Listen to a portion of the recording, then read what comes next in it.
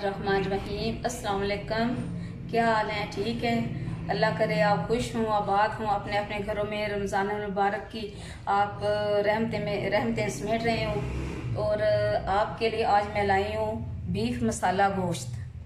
इसके लिए आपको चाहिए बीफ बोनलेस।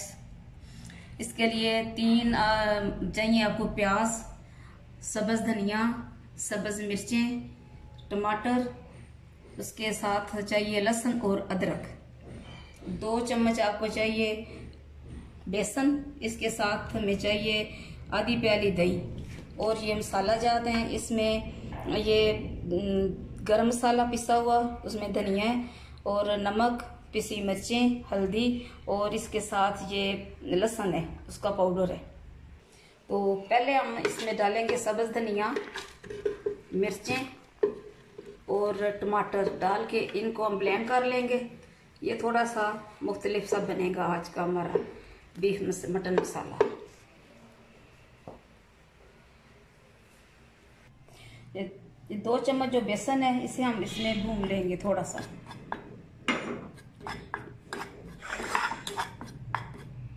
ये एक थोड़ी सी मुख्तलिफ है दूसरी डिशेज से। इसमें ये मैंने बेसन भी डाला है और जो मिर्चों की जो मैंने चटनी बनाई है वो भी इसमें डालेंगे। इसके बाद ये बहुत मज़े का बनेगा। आप इसे ट्राई कीजिएगा और मुझे कमेंट्स में बताइएगा कि ये जो मैंने आज डिश बनाई है ये कैसी बनी है। इसमें हम 1 से 1.5 चम्मच घी डालेंगे। आप जितना पसंद करते हैं आप इतना डालें, वैसे भी ज़्यादा नहीं डालना चाहिए, सेहत के लिए ये अच्छा नहीं है। इसमें हम डालेंगे अभी ये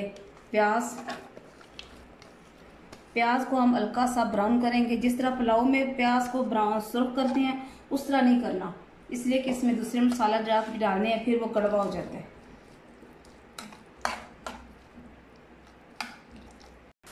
अब मैं इसमें डालूंगी अदरक लहसुन का पेस्ट।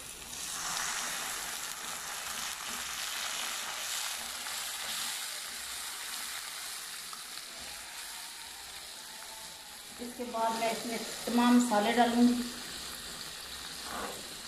मिर्च है जो मैंने थोड़ी रखी है, इसलिए कि जो हमने चटनी बना के रखी है ना उसमें जो सब्ज़ मिर्च है उसमें काफ़ी सारा हो जाता है, इसका जायका फिर ज़्यादा तेज़ हो जाएगा।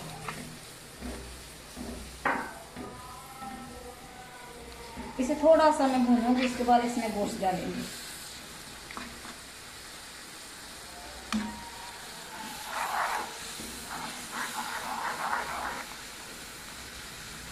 इसमें आप अपनी मर्जी से डाल सकते हैं। इसमें चिकन मसाला बन सकता है, बीफ का बन सकता है और मटन का बन सकता है। तो जो आपको अच्छा लगे, जो आपको सस्ता लगे वो आप इसमें डाल लें। मैंने तो बीफ डाला है। तो आप इसे अच्छी तरह भूनेंगे। इसके बाद मैं गोश्त डालूँगी। इसमें गोश्त डालने लगी हूँ। गोश्त को मैंने थोड़ा सा उबाल लिया था आधा घंटा।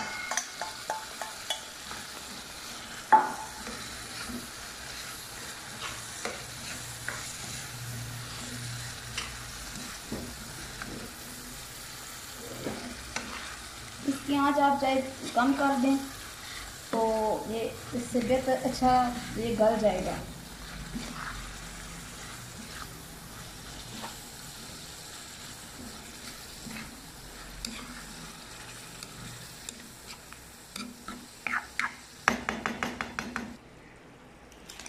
इसमें मैंने डाले थे टमाटर, सब्ज़ मिर्चें, सब्ज़ धनिया। उसके बाद जो मैंने 2 चम्मच भुना हुआ इसमें बेसन डाला मैंने। उसके बाद इसमें मैंने दही डाली है आधी प्याली।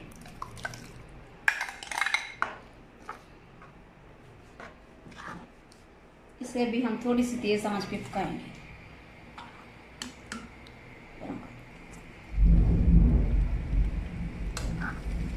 दस मिनट तक हम इसे तेज़ आंच पे पकाएंगे। उसके बाद फिर स्लो आंच कर देंगे। उसके बाद ये तकरीबन इसका घी जब ऊपर आ जाएगा तो समझ लेंगे ये तैयार है। बस देखना ये है कि इसकी जो बोटियाँ वो गल गई हों तो फिर बेहतरीन हो जाएगा।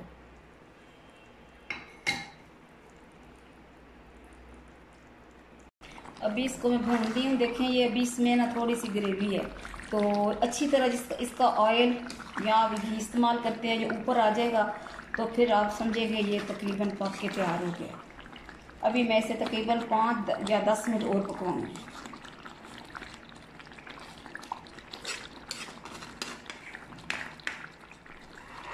जी तो हमारा बीफ मसाला तैयार है।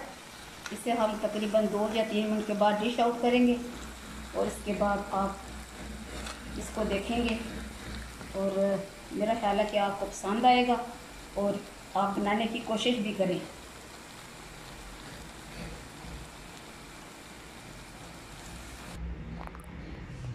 जी तुम्हारा आज ये बीफ मसाला तैयार है। मुझे उम्मीद है कि आप इसे पकाएंगे और पसंद करेंगे। और मेरा आज आपको एक छोटा सा लेसन है कि अपने दस्तरखान और अपने दिल को वसी रखा करें, ख़ास तौर पे रमज़ान मुबारक के दिनों में। तो अगर कोई बड़ा आपका घर में जो बड़ा है, भाई है, बहन है, वालिदैन में से अगर कोई आपको किसी बात पे टोकते हैं या मना करते हैं तो प्लीज़ माइंड ना किया करें, इसलिए कि शुक्र अदा करें अल्लाह ताला का कि उन्होंने आपके सर पे कोई ऐसी छत रखी है जो आपको मना करते हैं बुरे कामों से। तो इसलिए मेरे चैनल को सब्सक्राइब भी करें, मुझे कमेंट्स में बताएं कि मैंने कैसा खाना बनाया है।